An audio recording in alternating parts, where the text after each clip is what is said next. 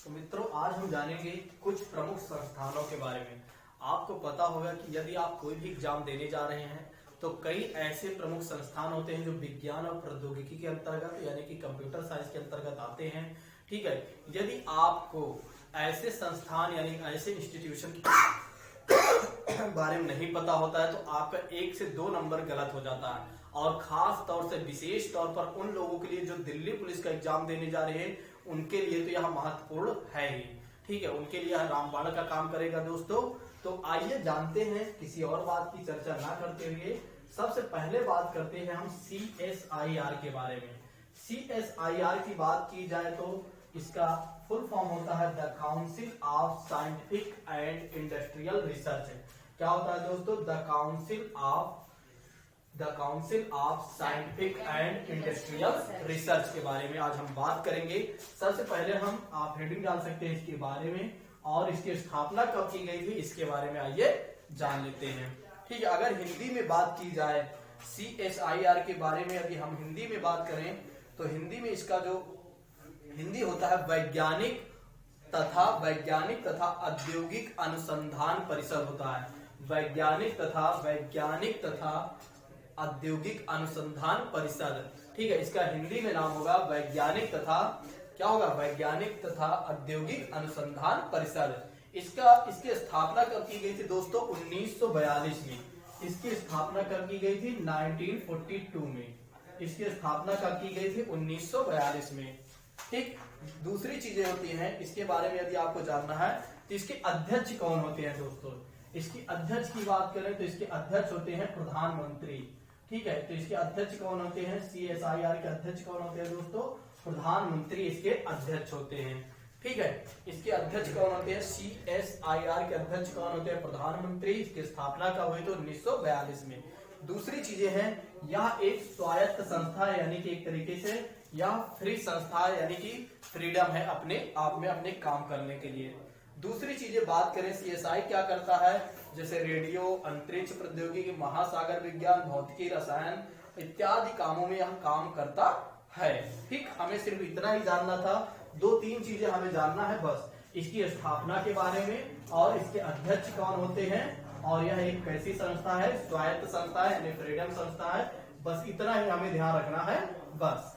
ठीक, और किसके लिए काम करता है मैंने आपको बता दिया कि प्रौद्योगिकी से संबंधित, ठीक है, जो आपका अनुसंधान से संबंधित काम होते हैं, ये सारा काम कौन करता है? CSIR करता है। ठीक, नेक्स्ट बात करते हैं ICAR। ICAR की बात की जाए तो इसमें क्या होता है? The Indian council of agricultural, ठीक है, research. The Indian council of agricultural research के बारे में यदि हम बात करें तो इसे बोला जाता है, इसकी हिंदी होती है भारतीय कृषि अनुसंधान परिषद। भारतीय कृषि अनुसंधान परिषद। अब इसकी स्थापना की बात कर लेते हैं कि इसकी स्थापना कब की गई थी दोस्तों?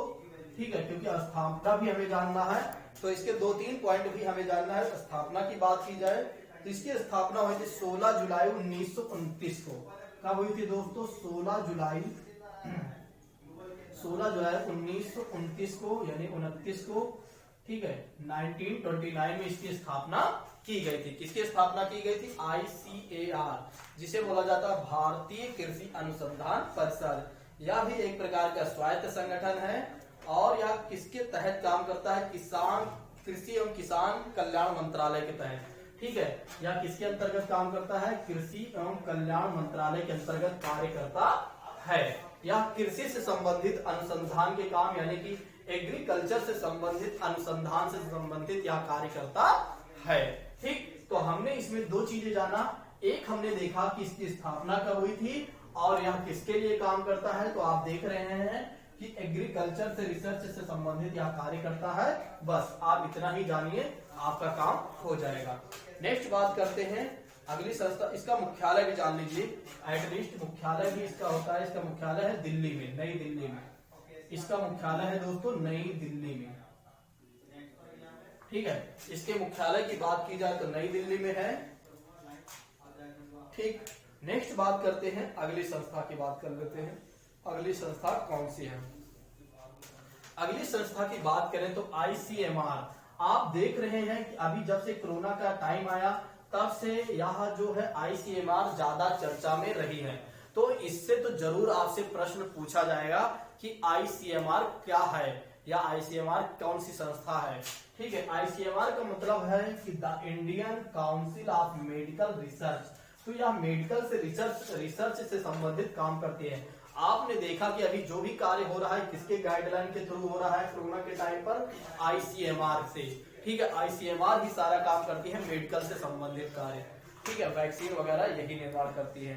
तो इसके बारे में यदि हम बात करें तो ठीक है, इसकी स्थापना की बात करें दोस्तों तो इसकी स्थापना हुई थी 1911 में। इसकी स्थापना कब हुई थी? 1911 में। आप थोड़ा सा तीर को देख लीजिएगा। इसकी स्थापना कब हुई थी दोस्तों? 1911 में। ठीक, इसकी स्थापना कब हुई थी? 1911 में हुई थी। और दूसरी चीजें हमें जानना है इसके बारे में कि यह किसके तहत काम करता है।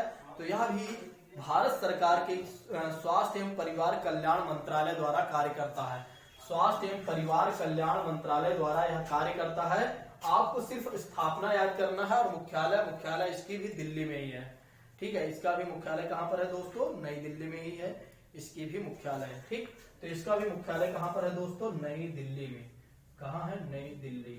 ठीक, नई दिल्ली में आईसीएमआर की भी स्थापना है। या किससे संबंधित काम करता है? मेडिकल रिसर्च से संबंधित या कार्य करता है या कार्य करती है दोस्तों। ठीक, तो आपको मैंने 3 संस्था के बारे में आपको मैंने बता दिया। और नेक्स्ट संस्था है आपकी डीआरडीओ, जिसके बारे में सभी भली भांति पहले से ही परिचित हैं कि defence research and development organisation. Defence research and development organisation यानी कि रक्षा अनुसंधान एवं विकास संगठन। रक्षा अनुसंधान एवं विकास संगठन। रक्षा अनुसंधान एवं विकास संगठन।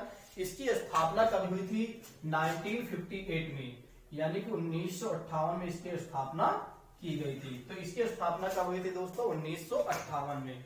ठीक है, 1958 में इसकी स्थापना की गई थी। तो दूसरी चीज इसके बारे में यदि आपको जानना है तो यह क्या करते हैं? यह डीआरडीओ क्या करता है? डिजाइन के लिए समर्पित है। तीनों रक्षा सेवाओं की अभिव्यक्ति यानी गुणात्मक के अनुसार यह क्या करता है? एक तरीके से ऐसे कहा जा सकता है यह रक्षा से संबंधित कार्य करता है। जैसे हथियार वगैरह बनाने का काम कौन करता है? डीआरडीओ ही करता है। ठीक है दोस्तों, तो आपने देखा डीआरडीओ के बारे में देखा और मैंने आपको दूसरी संस्था के बारे में। ठीक है, तो फिर मैंने आपको क्या क्या बता दिया? आपको मैंने बता दिया आईसीएमआर के बारे में बता दिया, डीआरडीओ, आईसीआर, सीएसआईआर। ठीक है, तो आप यदि दिल्ली पुलिस की प्रिपरेशन कर रहे हैं या कोई भी संस्था या कोई भी कंपटीशन की आप तैयारी कर रहे हैं तो आप समझिएगा आपका 2 से 3 नंबर सही होने वाला है। ठीक है, तो मैंने आपको रोबोटिक्स बता दिया, आपको प्रमुख संस्थाओं के बारे में बता दिया। आप इन चीजों को 1 से 2 बार देख लीजिएगा, आपका काम हो जाएगा। तो दोस्तों आज के लिए बस इतना रखते हैं। Thank you so much. जय हिंद।